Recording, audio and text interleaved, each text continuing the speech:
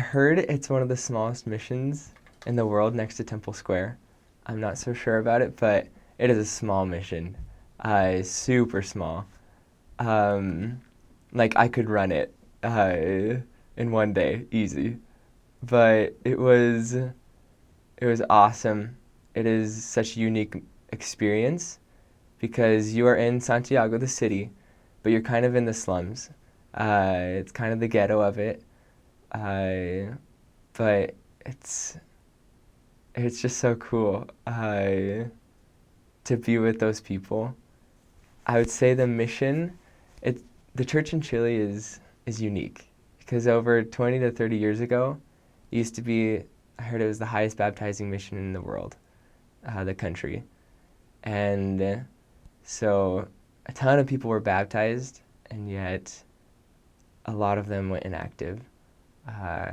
We worked a lot with less actives. We had lists of over 1,000 members in one ward, which ward was like really small. Of over 1,000 members on the record, yet we had like 30 to 40 people attend church.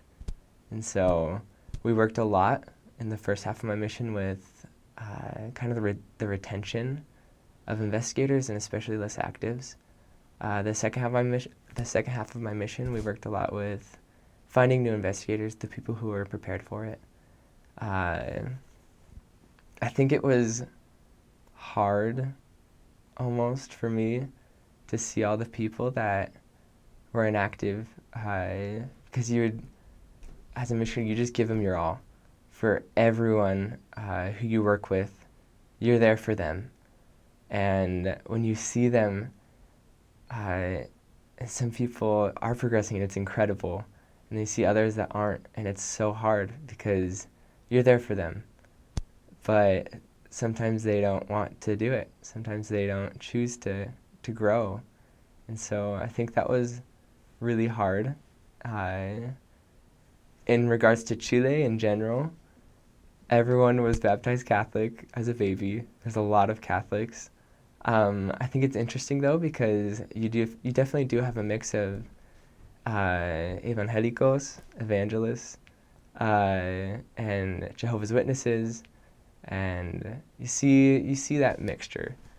You see other missionaries too as well from other religions. Yet what's really cool is that everyone knows about the Mormons, the Mormon missionaries. They respect that. I think you're sometimes in a little dangerous places, yet they respect you because they know of the Mormons. They know that they do good, that they're good people, that they teach of Christ. And so having that fundamental is awesome because people know about them. And I heard that 1 in every 30 people on the streets are a Mormon in Chile. And so that's cool to think about. Wherever you go, there's members. So, yeah, I think my mission, the Santiago Sword mission, was so interesting because it was so small.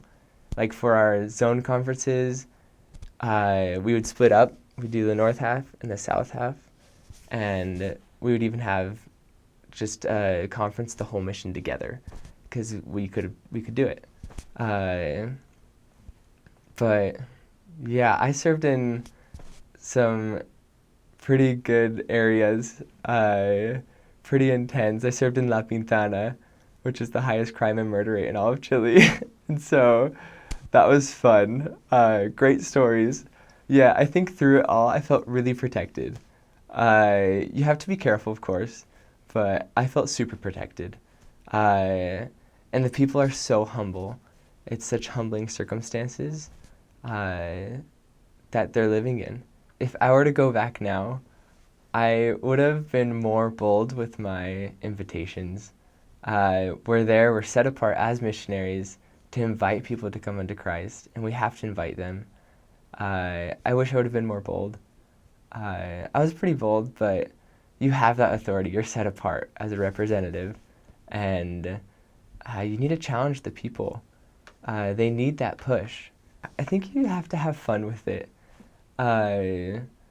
Because if you just do the same thing every day, it gets old and it gets tiring, and if you don't see that success, it's really exhausting. And so I think you have to have fun with it. Mix it up. I remember one time we hopped on the subway and we had those Christmas cards. It was Christmas time. And so it was like light of the world.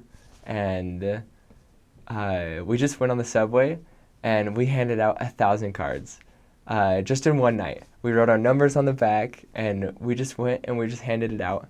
And that was awesome because people could see us, people could look at this card and remember it, and they loved it because it had Christ on it.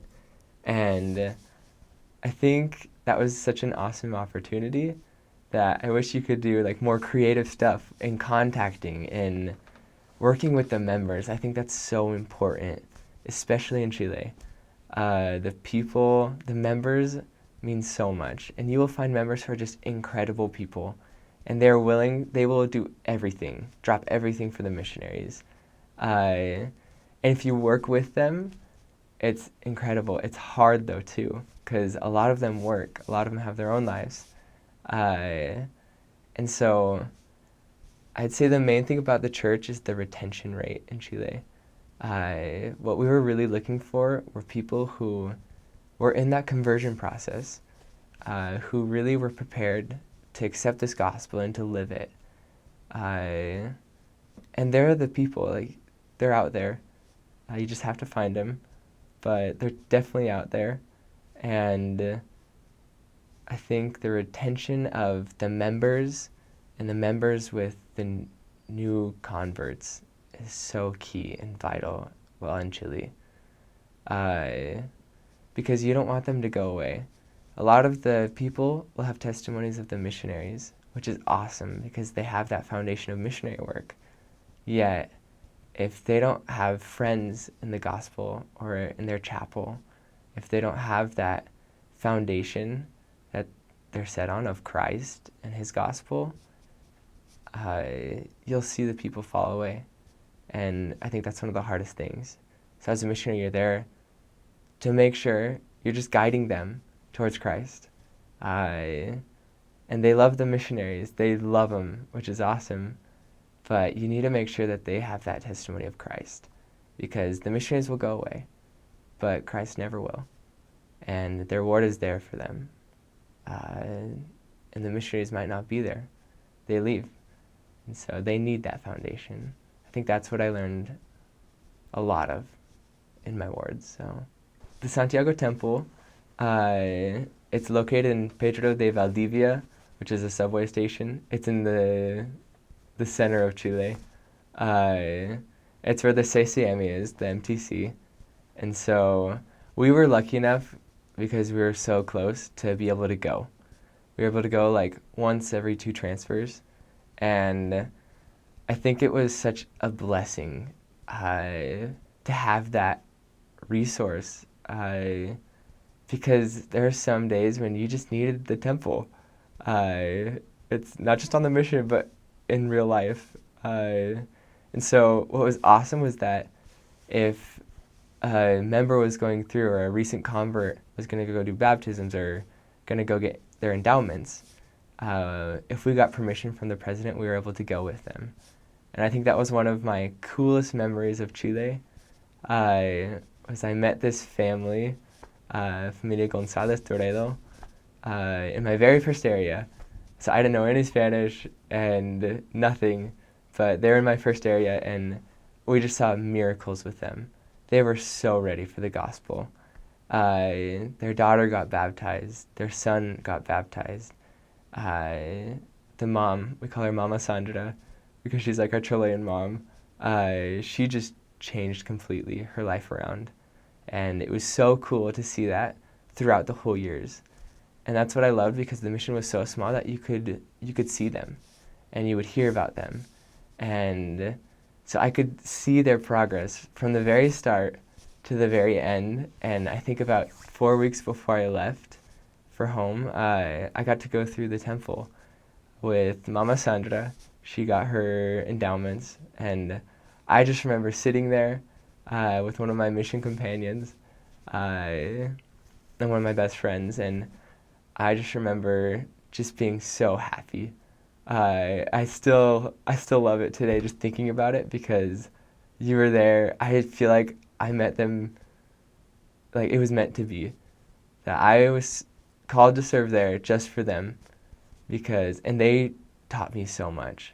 And so to be there in the celestial room with my Chilean mom was just one of the sweetest experiences, and it was like a piece of heaven, and I will never forget that.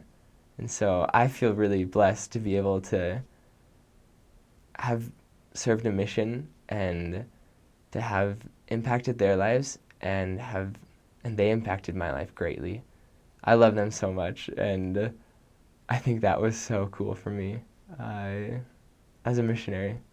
So the top of it is San Miguel, and the bottom of it is San Bernardo, and there are other stakes in between. I think there's about 8 stakes, if I'm correct. And so the mission office is in San Bernardo, and it's just awesome. San Miguel is a lot more kind of richer, uh, and there's a lot of apartments, all that. And then as you get lower towards the south, you hit a lot more, kind of more poverty, more. It's sad. There's a lot of houses that there's just house upon house upon house, and it's just cement, and everything has fences. They put glass bottles in cement so thieves don't come and break in. And so it's a different world over there. We weren't allowed to wear backpacks. We walked around with the Bible and Book of Mormon in our hands because they would get robbed. And so we didn't really have sectors with bikes. We had a couple of sectors with bikes, but it was pretty much just walking.